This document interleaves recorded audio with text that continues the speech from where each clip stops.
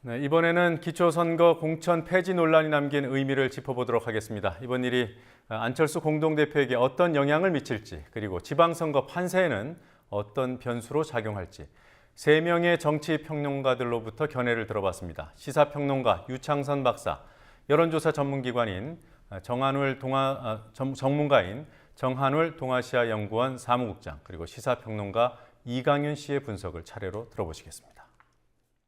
새정치연합 지도부의 예상과는 달리 공천을 해야 된다는 쪽으로 결과가 이제 나왔습니다. 이거는 이전 상황과는 이제 다르게 이대로 새정치연합만 무공천을 했을 때 새누리당한테 승리를 그냥 거저 안겨다 줄 수 있다. 그리고 새정치연합은 약속을 지키려다가 완패를 할 수 있다. 여기에 대한 우려가 급격히 이제 확산이 되면서 국민이나 그 당원들이 이전과는 다른 선택을 한 결과라고 할 수가 있겠습니다.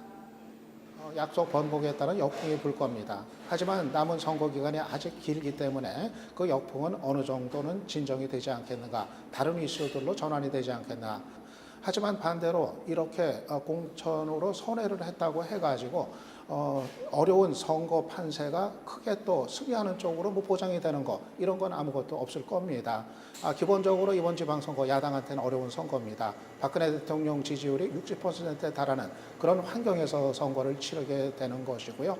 어디까지나 기초선거에 후보를 낸다는 이 정도의 이제 의미가 되는 것이 그것이 뭐 광역선거라든가 선거 전체의 승리를 보장해 주는 것은 전혀 아니기 때문에 결국은 이제 원점에서 같은 출발선에서 이제 출발을 한다, 이렇게 보면 되겠습니다.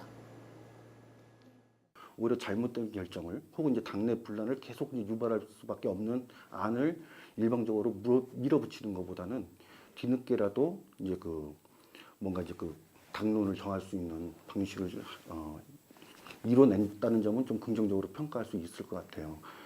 그리고 이제 당장 뭐 입장 번복에 대해서 이제 뭐 새누리당이나 이제 당내에서도 이제 비판의 여론이 있기는 하지만 새누리당 자체가 사실 먼저 약속을 철회한 것이기 때문에 새누리당의 어떤 공세는 제가 보기엔 한계를 가질 수밖에 없다라고 생각이 들고요.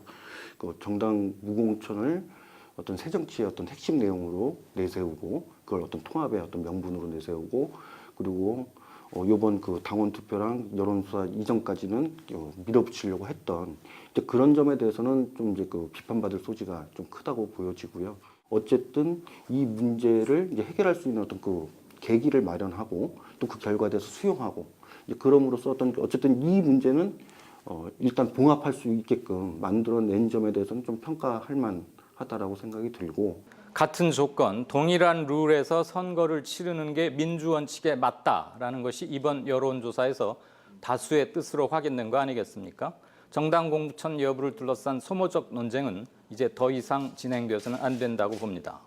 안철수 대표의 진정성이나 의지를 강조하려고 한 수사인 것이지 자신의 진퇴나 신임을 이번 여론조사에서 물은 것으로 보지는 않습니다. 설령 6.4 선거의 결과가 야당에 안 좋게 나온다 하더라도 그 책임을 안철수 대표 혼자서 다 지는 것은 옳지 않습니다. 기초단체에서 정당 공천을 하겠다고 해서 야당이 이번 6.4 지방선거에서 바로 승기를 잡았다고는 전혀 볼 수 없습니다. 대단히 힘든 싸움일 것입니다. 특히 수도권에서는 대혼전이 예상되고 승리의 전망이 현 상태로서는 전혀 밝지 못합니다. 야당은 분명히 각심하고 새로운 전략이 필요하다고 봅니다.